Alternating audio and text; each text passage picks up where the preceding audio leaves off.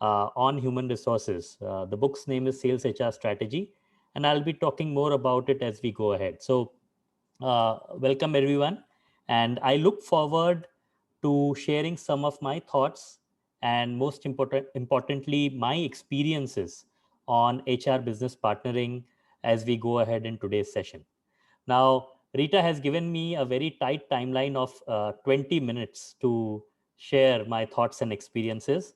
I hope I can make the best out of those 20 minutes and add some value to all of you. Great. So, a quick check. Rita, can you see my screen? Okay, great. Thank you so much. Okay. So a quick introduction about me. So like Rita mentioned, I have been working with PepsiCo for the last 11 years now. I joined PepsiCo as a management trainee directly from my MBA campus. I'm a postgraduate in human resources from Accelerate Jamshedpur, India. And I joined PepsiCo as a management trainee in 2010. Now, like I was mentioning, it is a privilege to be here. And the reason why I'm so passionate about this topic is over the last 11 years, this is exactly what I have been doing in PepsiCo. So after I completed my management training, I was the HRBP for a sales unit for 2 years. Then I was HRBP for a beverages unit for close to 1.25 years. And then I moved to another factory as the HRBP for a foods plant back in India, and I was there for close to 2.25 years. And over the last 4.5 years, 4.5 years, I have been uh, taking care of the sales capability vertical for PepsiCo in different capacities. I was the sales capability head for India region, and I was taking care of both foods and beverages. Then I moved to the AMENA sector to support the sales capability COE vertical for 44 countries. And 2 years back, I moved to Bangkok to take care of sales capability for Asia BU to manage the learning and development for sales team across 14 countries in Asia Pacific. So if you see over the last 11 years, the only thing which I have done is HR business partnering. And I'm happy to share some of my knowledge, some of my mistakes, and some of my experiences from those mistakes with all of you today. Uh, my request to all the participants, feel free to share your thoughts or your views, or if you have any comments or any questions, feel free to unmute yourself and share your questions. You can also use the chat box to share your thoughts.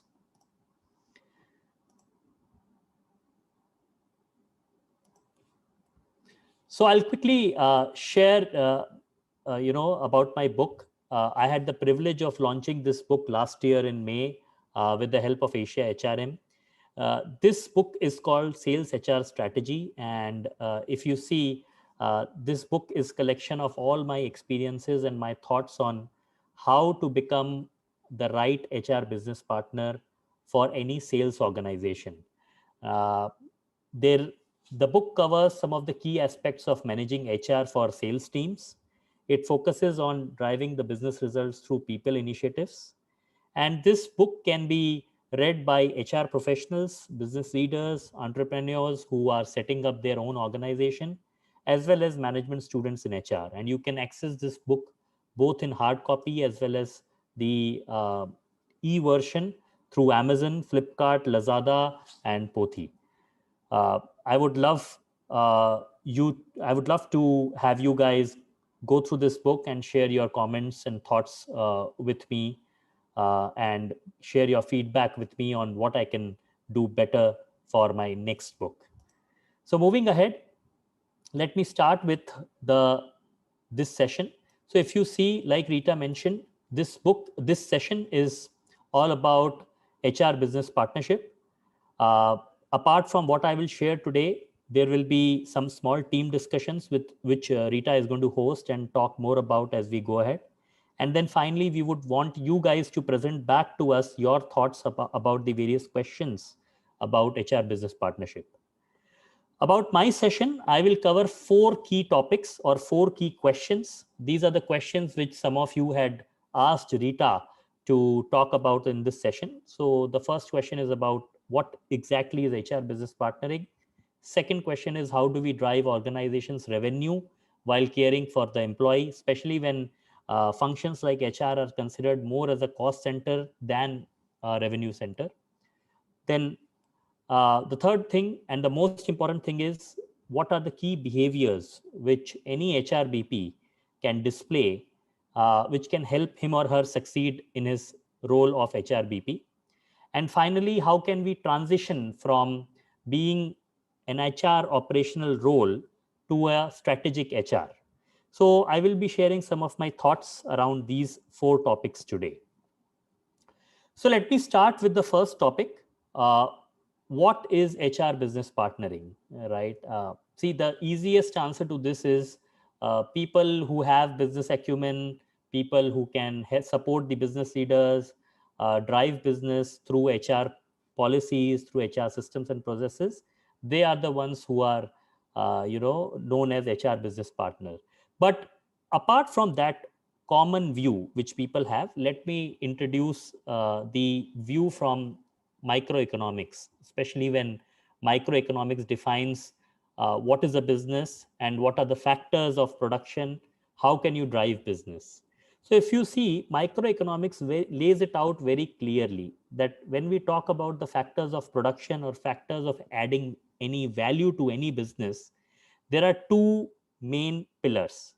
The very first pillar is that of a capital, which can include land, financial resources, entrepreneurship. It can also have various other resources like access to capital, access to resources of a particular country or multiple countries. And the second pillar is labor. And this is where the role of HR business partner comes in. See, without the intellectual capability, without the capacity to think, without the capacity of making things happen, capital on its own or financial resources on their own, they cannot lead to a successful business. A successful business is often led by people. At the end of the day, you can replicate the products, you can replicate the services. But what is difficult to replicate is the softer aspects of business, which is actually led by human resources.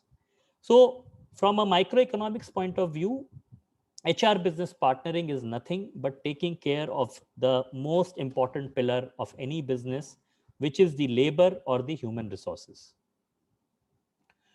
If we talk more about how the HR business partner concept has come in the modern world, we need not look far.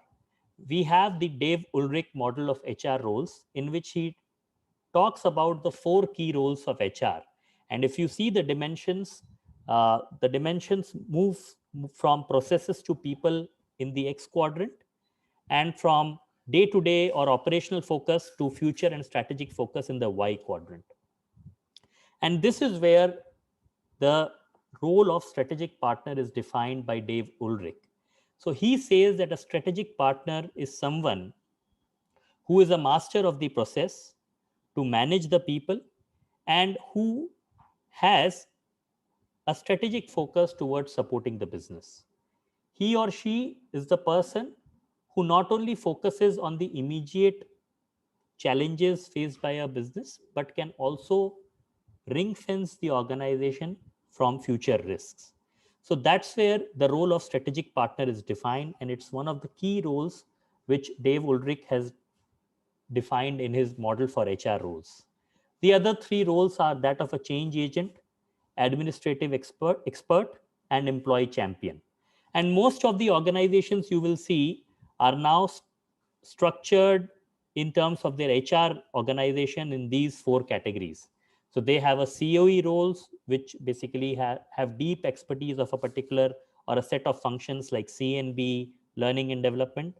They have a shared services role, which is about the face of the HR to the employees, which handles day-to-day operations, provides the services from the COE to the main organization. And finally, they have the strategic partner or the HRBP roles, who supports and works with business leaders to deliver value to the business. Now, when we talk about HR business partnering, what are the key HR processes which the HR business partner needs to take care? So, if you see, any organization starts with having a certain idea about what they want to do. Formally, they call that idea as the organization goals. And from these goals, all the other functions, they create their own strategic vision. And if we talk about HR, some of the key HR processes that contribute directly to the organization goals start from workforce planning and go up to the retirement or termination of the employees. In the middle, if you see, there are these HR processes which any HR business partner needs to own up and needs to add value to the business. Workforce planning, recruitment and selection, onboarding, capability building, talent management, employee engagement, compensation and incentives, attrition or turnover management, grievance management and ethics, safety and legal considerations of the business, and finally the retirement or termination. So any HR business partner needs to address these key HR processes, needs to drive these key HR processes so that the organization goals are met. Moving ahead, I'll transition to the second question, that how do we actually, contribute to the revenue while balancing the need for caring for the employee, right? So sometimes, in many organizations, HR is seen as people who are not business focused, who are only people focused. Whereas there are organizations where HR business partners end up only supporting the business and not caring about the people. So, how do we kind of maintain a fine balance between delivering the organization's revenue as well as caring for the employees? So, if you see, when we talk about organization's revenue, right, any organization wants to increase the profits. Now, when we talk about the profits, there are only two ways to increase the profit. Either you increase the revenue of the company or you reduce the cost of the company. HR as a function is generally considered as a cost center, and prima facie, if you see, most of the focus of any business leader or any HR leader goes into optimizing the cost. So if you reduce the cost, you increase the profit. Having said it, in my session today, I will also like to share some of the thoughts around how can you increase the revenue. Now, when you look at revenue, it's not only the monetary number, it is the value creation. When I spoke about the HR processes in the previous slide, we should look at creating value in all the HR processes. Just think about it. I mean, there are various companies which function as HR consulting organizations, right? They create a lot of value to their clients and to their customers by adding value in those key HR processes. So we know a lot of firms who specialize into hiring and recruitment. There are firms who specialize into organization design. There are consultancy firms that specialize into the compensation benefits and the incentive structure. So there are a lot of organizations who create internal revenues by providing consulting to the clients and customers. Similarly, when you look at your role as a HR business partner, you need to wear the hat of the internal expert or the internal consultant for the key HR processes for your business leaders. When you look at it from a addition of value perspective, you can add the revenue, not the actual revenue always, but sometimes the notional revenue to the company. Just to give you an example, each organization say that they want the best of the people who can take the organization vision ahead. Now, HR can really add value by getting in those people for the right jobs at the right place at the right time. So some of those notional revenue creation happens by bringing in the right people at the right time. Similarly, there are examples which I can go on talking about in all the HR processes. Other way is to also see how you can save costs. And when we talk about saving costs, it's not only about reducing the headcount, it's not only about reducing the salaries of the people, but it can also there can be also alternate ways to reduce the costs. Just to give you an example, a few years back, most of the companies, they used to hire external consultants to source good CVs, source good candidates from the external market. These days, with the advent of social media, advent of websites like LinkedIn, you can easily source these profiles without incurring major costs. Some of the alternate ways in other functions, in other HR processes, can also help you save the cost and put the money in the right aspect. So saving costs can be other things, but saving costs doesn't only mean cutting headcount or cutting salaries. You can find out alternate ways of adding value. When we talk about caring for the people, it's very important to wear the hat of having an empathy towards employees. Generally, we end up being a manager, we end up being thinking that what is the right only for the organization. Now, whenever we wear the hat of people leaders, it's important to understand how people are going to perceive your actions, and if those actions are happening to you, how would you perceive them? And sometimes it is also important to give this perspective to business leaders. Similarly, when you talk about caring for the employees, we need to have the short term and the long term vision, and we should try to balance it with the right actions. And I'll just give you an example. These days, we see a lot of tech startups, and in the tech startups, first thing which people do is hire as many people as they want. Now, addition of headcount never translates into equivalent addition of revenues. So as a HR business partner, we need to coach, and sometimes we need to add value to our business leaders by telling them not to go on a hiring spree at the at the beginning. We need to optimize the hiring in such a way that we are able to balance between the short term and long term. Many organizations, when they hire a lot of people in one go, after a few months, when they don't see an equivalent increase in revenues, they end up resorting to measures like laying off or cutting the headcount, which of course brings in a lot of disrepute to the organization.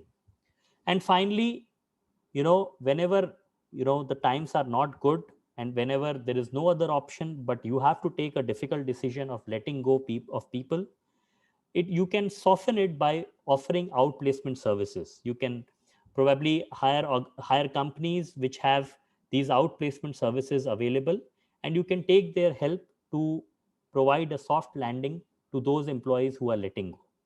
So some of these are thoughts on how we can manage the balance between the organization revenue and care for the employees.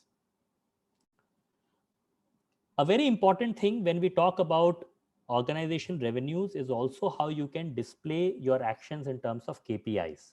So all these HR processes that you see, you need to define the right KPIs to indicate to the business how these HR processes are adding value to the business. So there are various KPIs which we can use for various HR processes, like time to hire, cost per hire, early turnover, time since last promotion, revenue per employee, performance and potential, billable hours per employee. And this billable hours is nothing but looking at it from a consultant's point of view. The engagement scores or the engagement survey results, cost of HR per employee, ratio of HR professionals to employee, ratio of HR business per employee, the turnover rate and the turnover cost to the company, effectiveness of HR software, and the percentage absenteeism or the percentage overtime in a factory. So some of these KPIs are important to indicate how we are adding to the business objectives by managing the key HR processes for the people. Moving ahead, I move to the next part, which is the most important aspect, which is what are the key behaviors that can lead to success for any HRBP. So the very first thing which I will talk about is Generally, people see HR business partners as people who start with saying a no. And this is a very common thing which, we as HR business partner don't realize. But when you move from HR to any other function, you realize that this is what actually happens. So you approach for anything to a HR business partner, and generally you will see people citing policies, rules, legacy processes, culture, etc., as a reason for not doing anything. So rather than acting as a supporting partner, we sometimes act as a barrier. And whenever we do this, people can sense the closed door, right? Many of the functional leaders and the functional employees, they become reluctant to approach HR because in their mind those one or two interactions have not been a pleasant interactions, and people can sense that the door is actually closed towards you. And this is where we lose the entire stature, we lose the entire say that we can have on the table, because people see that if we ourselves are not willing to collaborate with them, then why should they collaborate with us?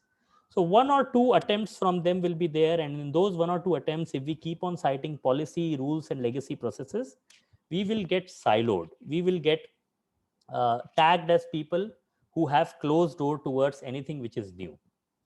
Hence, my first you know thought over what should be the right behavior, the first thought is, as a HRBP, it's important to behave like a sounding board first. Whenever anyone approaches us, we need to give uh, give the right attention. We need to understand the needs of the people approaching us, understand what they want from us, and this is where the most important thing comes. Sometimes people just want a sounding board. They don't want solutions. Especially, they don't want solutions from a HR business partner. They want someone with whom they can share their thoughts and bounce off the solutions. So, as a HR business partner, it's first important to not say no, to be a sounding board, and to provide solutions rather than citing problems. So, this is my first view on what should be the right behavior for a HR business partner. Next important thing, and this is something very common that we see happening across organizations, and some of these things people term as, how do you kind of mention that HR business partner, how HR business partner can develop a business acumen, right? So very first thing which I would say is, it's important for a HR business partner to shadow key business roles. And this is where, a lot of learning comes. So rather than you waiting for the organization to tell you that you need to work with your production head or work with your finance head, work with your strategy head, why don't you take an initiative and design a process in which you and your team members shadow the business roles at least for one day in a month. And this should also include for you to visiting the markets with salesmen, with the sales team, and visiting factories with the production team. You should also visit customer meetings to know how people are perceiving our products and how people are perceiving our services. A good thing is also to present the monthly business updates in the in the monthly meetings that happens with business leaders. One should also try to take up projects with other functions to resolve any business issues. And let me give you an example. I work in a sales organization, and there are times when we need to correct something in the sales structure. It can be the GTM operations, it can be the sales automation. So a good thing to learn more about business is to take up projects with other functions and understand the business issues and try to resolve them. For HR business partner, it's also important to understand the KPIs, the business language, and connect the business challenges to HR activities. For HR business partner, while it is important to use gut, the feeling that we have or the sense that we have, but it is also important to be open to understand data. A lot of times we keep on trying to understand the emotions of the team. It's also important to ask whether there is a data supporting a particular view or not. And finally, as a HR business partner, we need to act as a conduit between the external connects, the government authorities, the local authorities, vendors, various HR and business forums, and try to bring in an external to internal kind of view. So these are some of the things that HR business partner can do, in my opinion, to learn more about business. Moving ahead, another important behavior for HR business partner can also be to how to map the critical stakeholders.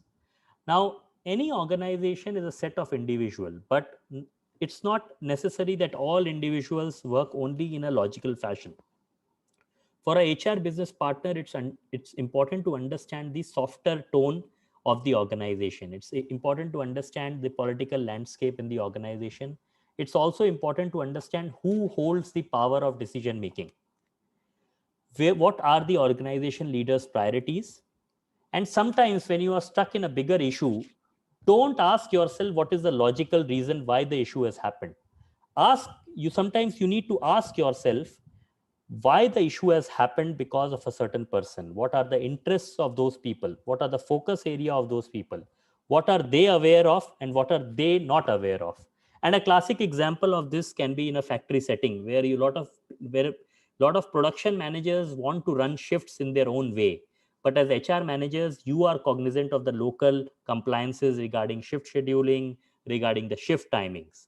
Sometimes it is your duty to make people aware of what are the local norms and rules, and make people aware of, if you are pushing back on something, what is the reason behind it. So these are some of the things which you can do. Moving ahead, another important behavior for a HR business partner is to actually get his own HR house in order. And sometimes as HR leaders, this is where we face the first challenge. For a HR business partner, it's important to understand what is the existing culture, the system processes in their own HR organization. Sometimes you need not go far. You will have HR team members who have very strong mindsets, who come as reluctant team members for any initiative or any change you want to bring, or any service orientation you want to drive. It's important to identify those HR team members first and proactively work with them, coach with them, and get them onboarded on your vision. It's also important to predict and deal with resistance first in your organization at the starting level. You don't want a situation where you want to drive things, but your team members themselves, they are not onboarded on a particular idea. So it's important to get the HR house in order. And that is where my thought for a HR business partner is to be more proactive than reactive. Rather than thinking, how you will tackle with a challenge, identify the challenge beforehand and have ways to avoid those challenges. And as a HR business partner, it's sometimes very important for you to mobilize resources. Now, when I talk about resources in different organizations, language, it can mean different things. For some organization, it can mean budgets. For some organization, it can mean headcount. For some organization, it can mean access to other resources, maybe IT resources, maybe market resources, etc., etc.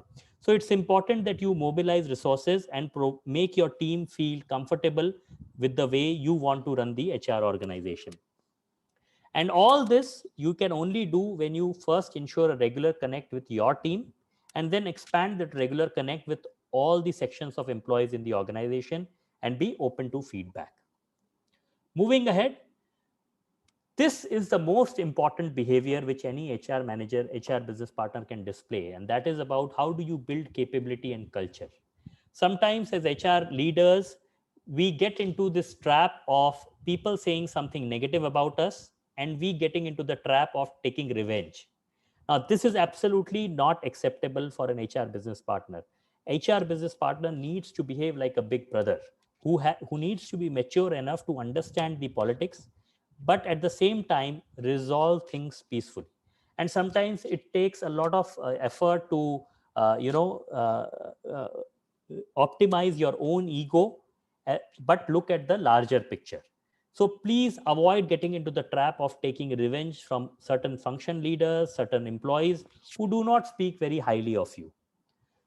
As a leader, you will always be prone to criticism. how you take this criticism defines your function. And hence it's important to avoid getting into the trap of taking revenge. Second important thing is to be present physically. And when I talk about being present physically, it means going to the shop floor, taking a round of the office, going and meeting your important stakeholders and important employees outside your premises, traveling across the country or countries to meet your employees. Remember, even your shadow has a power. Your shadow can build faith. So be very, very, open to travel and be present physically. And next point is about the most important point for a HR business partner. You need to stand for what you believe in. Sometimes it is difficult. Sometimes it can, you can have a lot of roadblocks. But if you have mature leaders around you, if you have mature, board leaders, board partners, board members, they will be able to see that value in it. See, an organization runs on trust.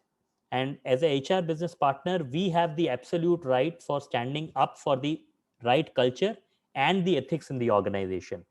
So if you believe that someone is doing wrong, then you need to highlight it. You cannot stay silent. You cannot, just overlook things that, okay, this is wrong.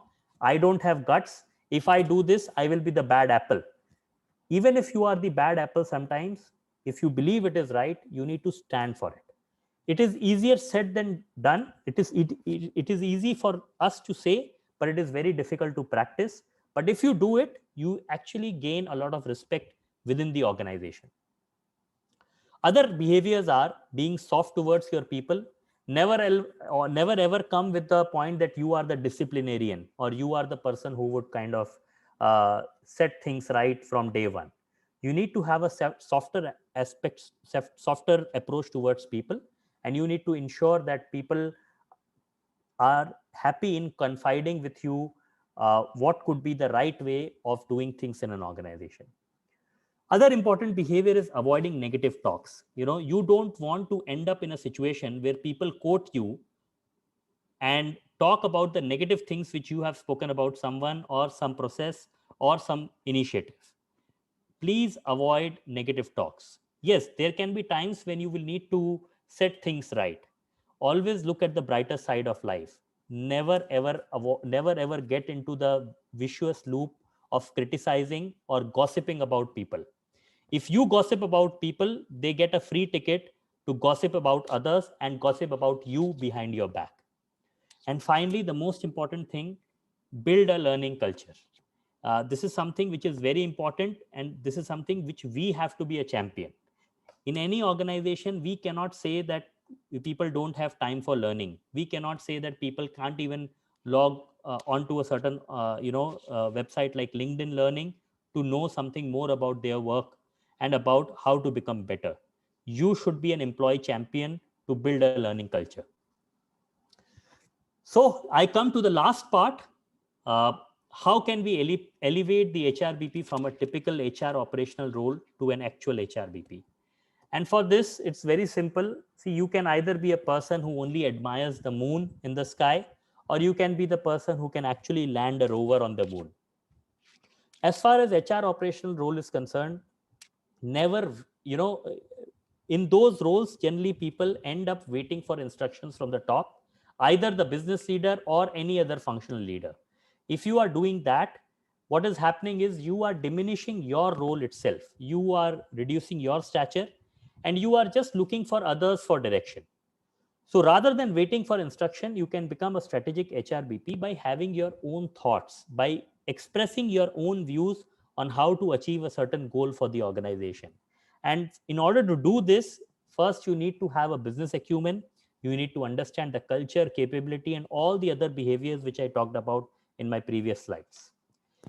In an HR operational role, generally people have a siloed mindset. They only look at one aspect. For example, in a CNB team, they might only look at retirement.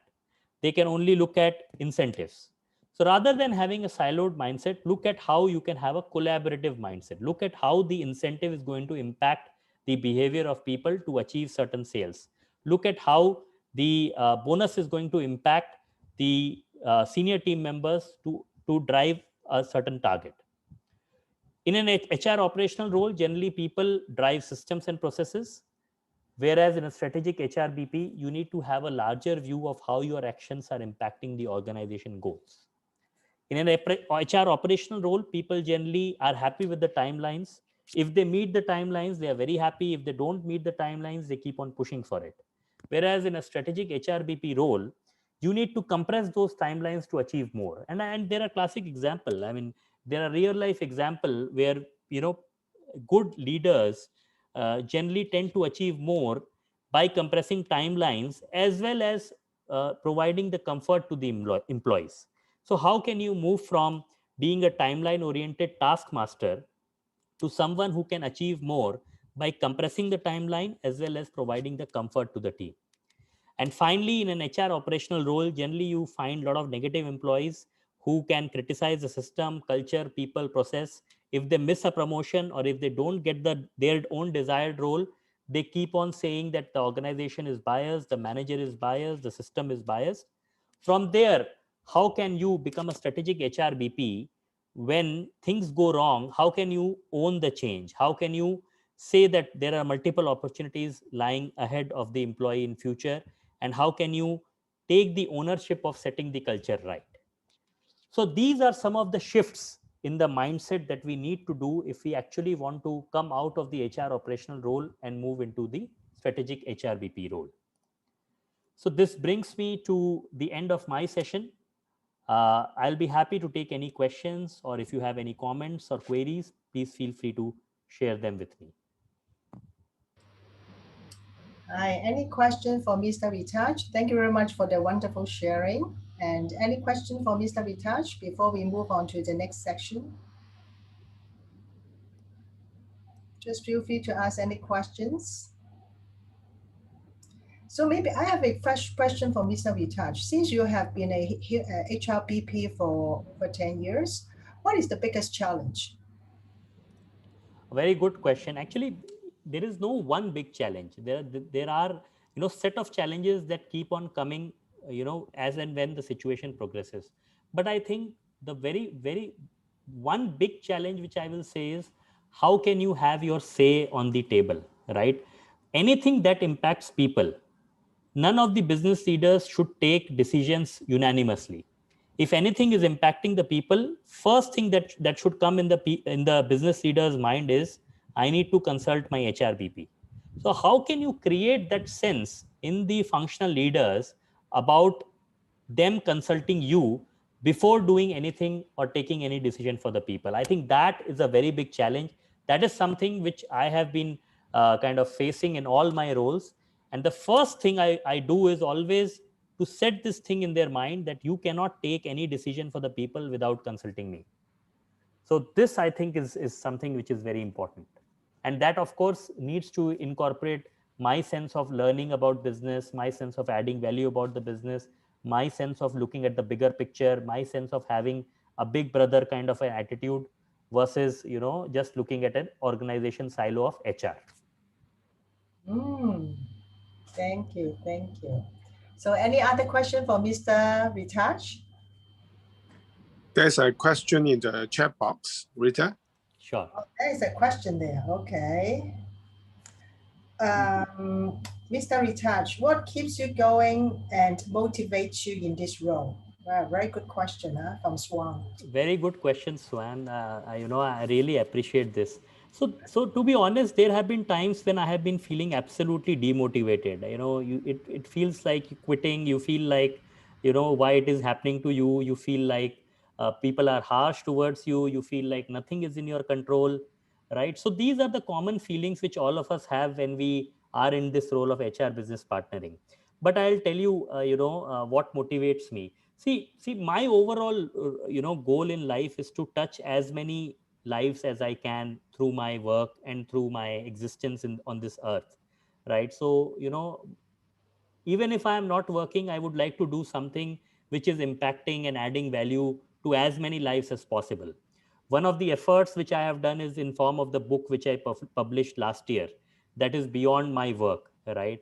So, what keeps me motivating and sometimes in tough situations is, am I adding value to the people around me? Am I, softening their existence? Am I adding to their knowledge? Am I reducing their workload? Am I smoothing the way they are living? So these are some of the questions I ask whenever I get stuck. And some of these questions, when I reflect, I find it very motivating. And trust me, guys, HR is not a very straightforward field. It is not something that you take effort and you will get an output proportionate to your effort. HR is something which is very, very gray and very, very vague. Sometimes you do something, people react in some way, and you get stuck. So, these are the things. The vagueness of it, the randomness of it is something which keeps me motivated. Wow. Thank you. Thank you. And comments from Vanessa. Thank you very much. It's very insightful and great sharing. Okay. Any other questions for Mr. Rithaj before we move on to another section? Yeah, there is one more question from there's one more question in the chat box. Yeah, right. What are some practical ways to start understanding the business and culture and to identify who are the decision makers? So the very first thing is, first you need to, if you are joining a new organization or if you're joining in this role as a new person, first you need to establish your coaches, right? And coaches are not necessarily senior people. It can also be a team member who is junior to you, either in HR or in any other function. So it's important to understand what's the existing, ways of working from these coaches or these mentors that you have in the team. And you need to be absolutely honest and absolutely shameless in assigning these coaches or mentors for yourself. So the first thing is to listen and understand what's the underlying current and ways of working, what's the underlying culture from the people whom you trust. Second thing is to identify how things are moving, what have been the big decisions in the past, who have taken those decisions, who have been the barriers, who have been the proponents or people who have been driving those changes. And you can ask yourself who calls the shots. Sometimes when you spend time in the organization, you can actually understand who calls the shots in the organization, right? So some of these things are there. If you need to know more about it, you can refer to my book. My book has a lot of chapters on this particular aspect of understanding the culture, especially when you join a new organization, a new company, or in a new country. Yeah. So, Mr. Richard, can you tell us the name of your book again? The name of my book is Sales HR Strategy. Ah, okay, okay, very good, very good. Okay, any other questions? Okay. Yes, Rita, can I ask the last question? Is that okay? Sure, sure, go ahead. Yeah. Although I see a question on the chat box, so do I wait or? Yeah, go ahead. Yeah. Okay, okay. Yeah, actually, Ritesh, it's about being the more mature person.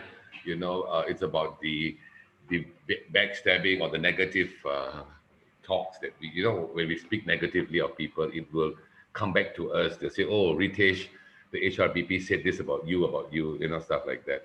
I actually want to ask you, Ritesh, how do you inculcate non-gossiping, non-backbiting culture in a company, which I think is extremely difficult. Yeah.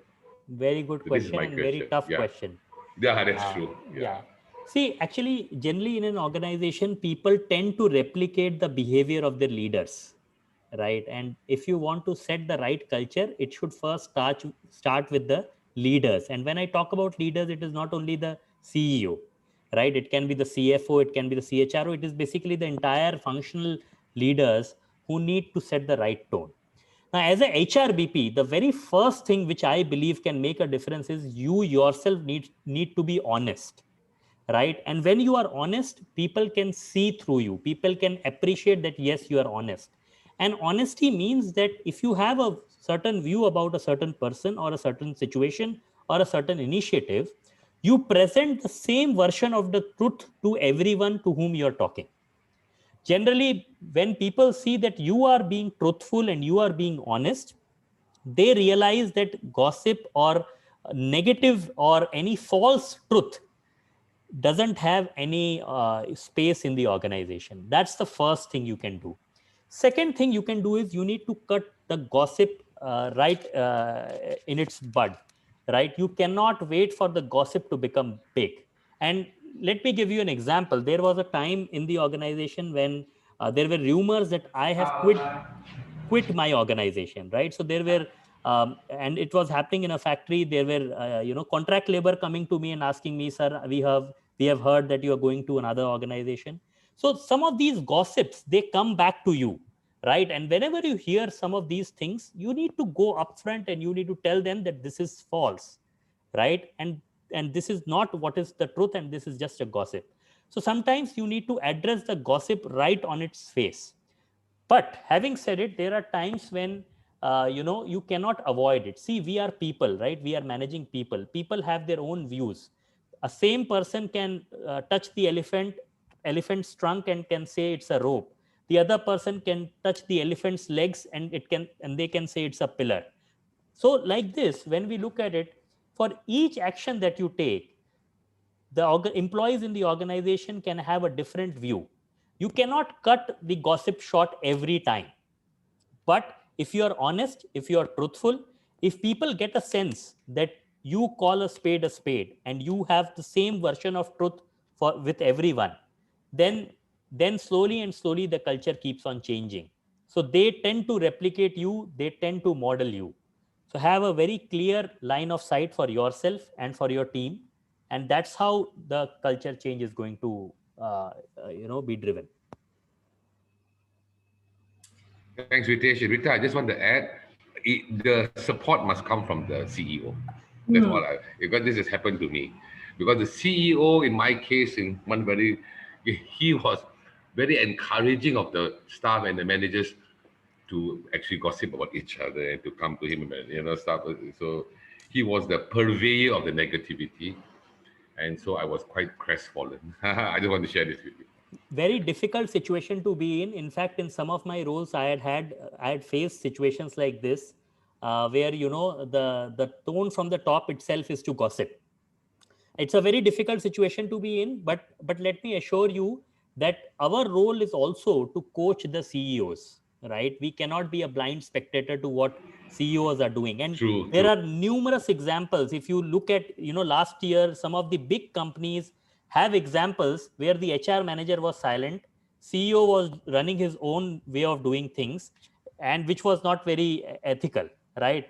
Because the HR manager kept silent, the entire organization had to pay the penalty, right? And some of these penalties are not only in form of, money. Some of these penalties are also in terms of reputation of the organization. So as a HRBP and as a CHRO, we have our role to coach the CEO as well. We need to tell them that they cannot continue with this behavior.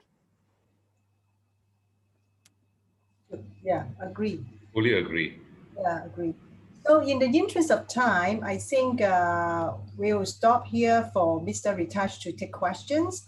But at the moment, we still have Jacka's question. We'll leave Jacka's question at the very end of the session, okay? So let's move on to the team discussion, okay? So for the team discussion, I'm going to divide all of you into 4 teams, okay? We are going to put you into 4 rooms. And for room number 1, you are going to share the topic on the real-time experience on dealing with a shift from operational HR to HRBP. And Jacka will be the facilitator of this team. And Carmen will also be in this team. And Carmen, for the question itself, already send it to your WhatsApp chat box, just in case your team cannot pick up the question now. You just help them to let them know the question again. Okay, Carmen? Question 1, okay? For those in your team, they have to discuss on this question, okay? And then for team number 2, Dia is the facilitator. Dia, I just took the liberty of you agreeing to be the facilitator because you are an amazing one. And the question for team number 2, for Dia's team is, what has worked and what has not worked from the shift? Okay, so actually I already have it in the chat box. You can take a look at it. Sorry for that, yeah. So number 2, what has worked and what has not worked from the shift? And this is the question for DS team, okay? Question number 3 is Foster and also Mr. Retouch team. How to transform from passive to assertive or revenue generators change agent. How to transform HR from passive to assertive or revenue generators change agents. Okay, this is the question for team number 3. That is Foster and Mr. Retouch team. I already put the question in Foster's chat box. And the last one, okay. And the last one is actually is my team. How do we assess the competencies of a HRBP? How do we assess the competencies of a HRBP? Okay, so since DS phone battery is low, just a backup. Mr. Miran, I would like you to back up just in case they forgot about the question for your team. You are in the same team as Dia, okay? Team number 2. So the question is, what has worked and what has not worked from the shift? The shift is from operational HR to HRBP, okay? Do remember this question? And then, okay, so what has worked and what has not worked from the shift? Okay, so just in case Dia's battery is very low, then you will be the backup. And then for each team has to select the team representative who is supposed to take who is supposed to have a summary of the team discussion and then present the team result when we are back to the same room. So each of the breakout session only takes 20 minutes. Okay, so in each of the team, you have to select the team representative. Okay, so the team representative responsibility is to do a summary of the team discussion and then present it when we are representing your team, and then we present it when we are back to the main room after 20 minutes. Are you all clear?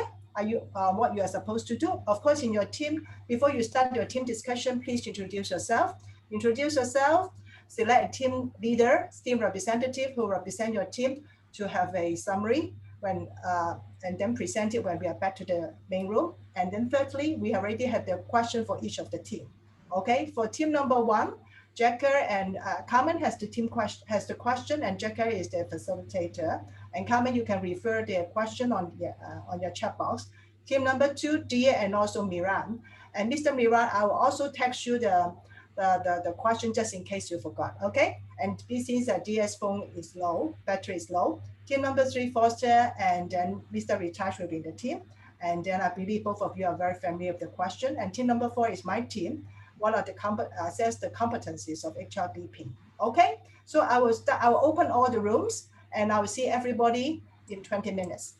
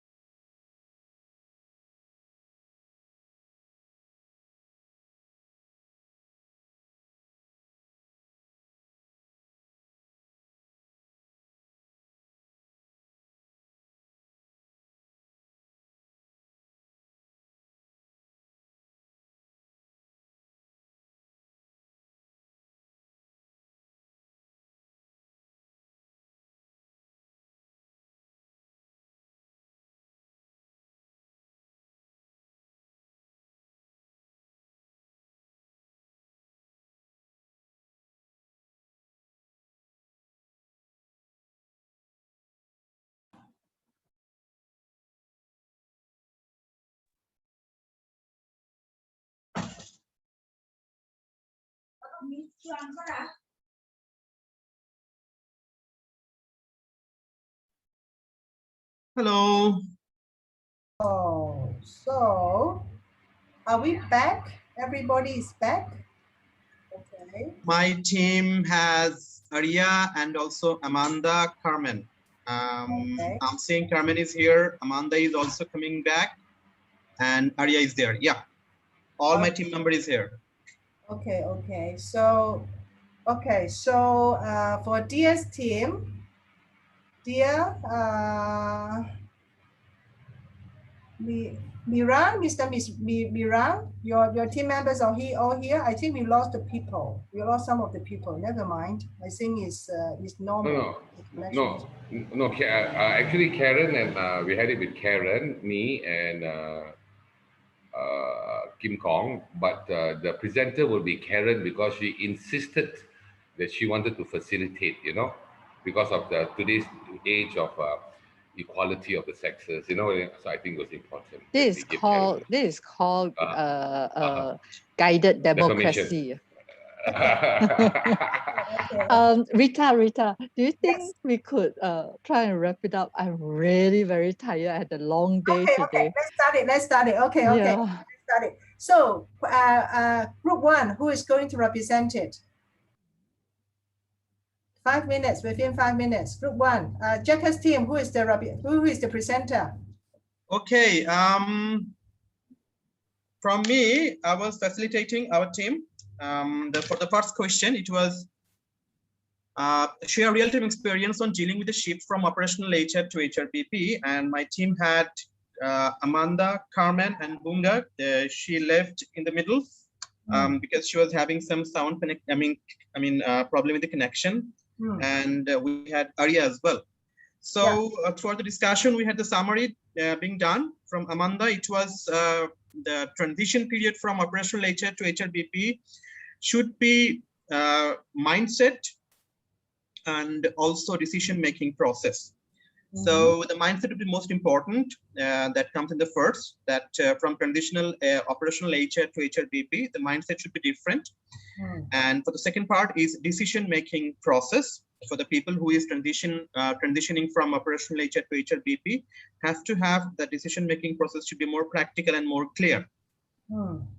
From Arya, the HRBP should have the business acumen capabilities, because the HR is not a cost center anymore, because HRBP plays a role of profit center as well, because it's also generate the revenue.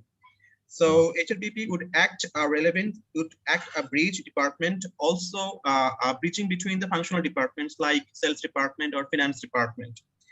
So it is also a key part of making the KPIs and also a planning of the headcounts as well. So it will act as a very integral part of all other functional departments to propose the functionality in front of the employers.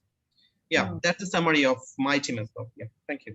Thank you. Group two, what has worked and what has not worked from the shift from operational HR to HRBP? One thing for sure, we know that it's a pretty new concept, and basically for it to be successful, the operational and administrative work of the HR has got to go somewhere, either through outsourcing or if there's a backroom team to support it. We also talked about, some it's not only within the HR community, it's also the business partners that we deal with.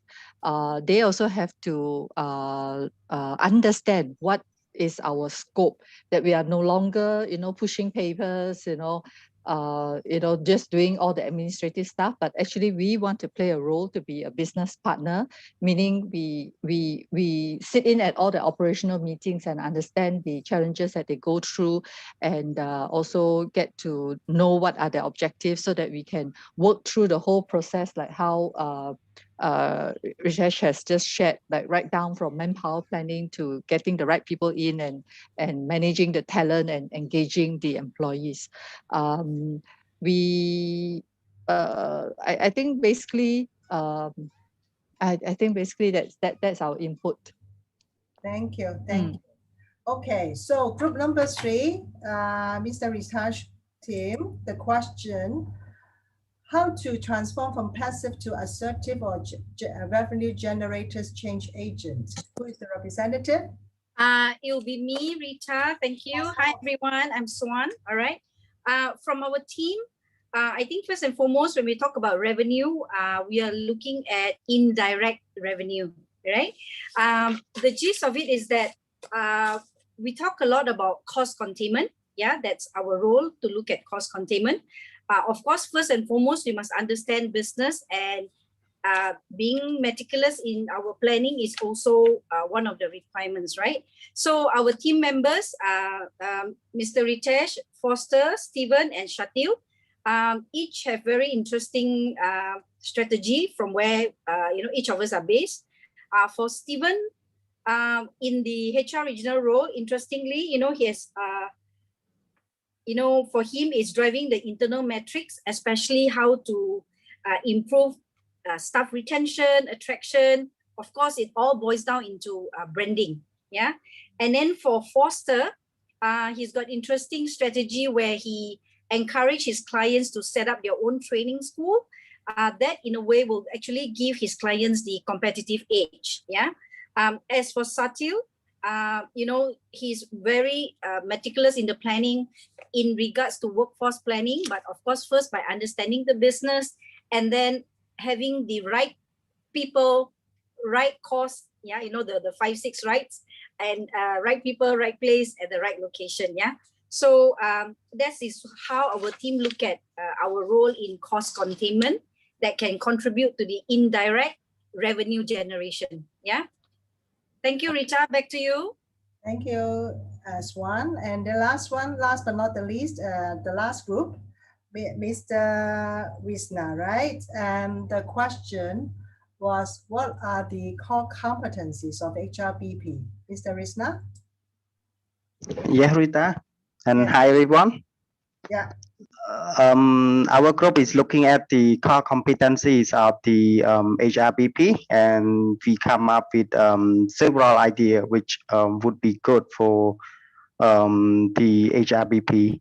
The first one, the HRBP should have good communication skill, because he would be the person who communicates to everyone across the organization. So it's very important for him to play a role and communicate from the top to the frontline staff. The second thing, he should have the people skill, where he understands the people, he know how to work well with the people, like the presenter said. He should understand where the power comes from, and also he is the one who should understand well about the business, so that he could advise the business, or she could also contribute the HR strategic link in order to achieve the business goal. He also the trusted advisor, where the employee, the people in the organization feel free to come to him and asking for the advice and asking for the suggestion to do something related to the business or to the HR itself. Also, the another core competency should be the strategic partner, where the HR could link the HR activity or the strategic HR and link with the strategic goals of the organization, and to try and achieve it together. Moreover, he should have the right mindset in order to support the business, support the people. He should be very positive toward something, like the presenter said. He or she should look at the root cause rather than the problem itself, and also trying not to cite the policy, but actually trying to understand the people or understand the problem first. And he also did good partnership, meaning he worked well with all levels of the organization, all levels of the people and across the department. And one of the important thing is he should be the person who is flexible in any kinds of situation, but be able to be trusted by the people. And moreover, the views from the people to the HRBP should be the partner, not just the policeman who just watching over the people who are making the mistake or commit the mistake. This is what we discussed for the core competencies of the HRBP. Maybe Rita and Kalina can add if I miss something. No, you did not miss any. You didn't miss out anything. Your report was very comprehensive. Thank you. So just for the presenters who just presented for your team, can you please send your notes to me so that I can incorporate in the file, and after that I'll send it to each of participants. So any other questions like Jacka, or you just have a question for Mr. Vitaj? Anybody have questions? Yeah. Thank you for giving me the floor, because I had the question for Mr. Ritesh. Hi, Mr. Ritesh. This is Jacka from Bangladesh. How are you? Because I've joined the session very late. I came from my work lately, but still I've got a question for you. That is, I will write it down. How can we differentiate this HRBP role from HR manager in organization?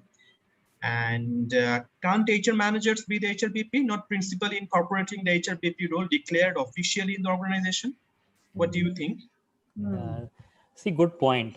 Firstly, welcome to this session. Even if you have joined late, not an issue. Rita is recording this session. All right, and you can access the initial part through the recording. In order to answer your question, see, there are two types of approach. First approach is, what is the mindset of the HR manager, right? Again, if it is easy for a lot of us to do admin work, right? To coordinate, to block hotels, to block rooms, and lot of time. I mean, you can spend the entire 8 or 10 hours that you give in the office just doing admin work. Number one, because it is very easy. You have higher capability, but still, if you are given a simpler job, you will do it, and there will be some satisfaction of doing it. So it depends on the mindset of the person. Now, the key question that we need to ask is, if I am having 8 or 10 hours of work in front of me in a day, how am I spending the single second, right? And am I spending that second to push papers, or am I spending that second to learn something and add value to the organization, right? And adding value to the organization is many times self-initiated, right? We can keep on waiting for the CEO, we can keep on waiting for our manager to give us work, or we can say that organization wants to achieve this. One of the ways in which we can do is by doing these 3-4 things. And in order to identify what to do, you need to have that initiative to go out there, meet employees, meet customers, meet functional leaders, right? So this is the first type of mindset, right? So organization can give you admin work, but you need to decide whether you want to spend the entire day doing it or change your mindset and add value to yourself, and hence add value to the company. That's the first thing. Second thing is, see, if you are in the position of a function head, you need to really differentiate between work that is routine work and work that requires thinking. A lot of times as leaders, we are not able to segregate that work amongst our team members. And if we are not able to segregate those work amongst our team members, ultimately we are paying a lot to the team, but utilizing them only to do paper pushing or admin work. So the way the work has to be designed is also something which the organization and the leaders need to think. To summarize, first thing is the mindset shift of the HR manager. Second is the mindset shift of the organization leaders. These are the two things in which we can really, bring about the change. Wow, mindset shift of the HR and also HR person, and mindset shift of the leaders. Thank you, Mr. Ritesh. Very nicely explained the things that I wanted to know. Because in Bangladesh, it is very unfamiliar, the HRBP role. I think it is very unclear for the employers even. what HRBP actually plays a role in the organization. So let's see how things moves on in Bangladesh. All right. Thank you, Mr. Sure. Ritesh. Yes, no more questions from me, Rita. Thank you, Mr. Jacka. So any other questions? No, I think we are tired. Just want to make a comment. Is it okay, Rita? Sure. So Yeah. before we close the session, should we take a group picture by everybody showing their face?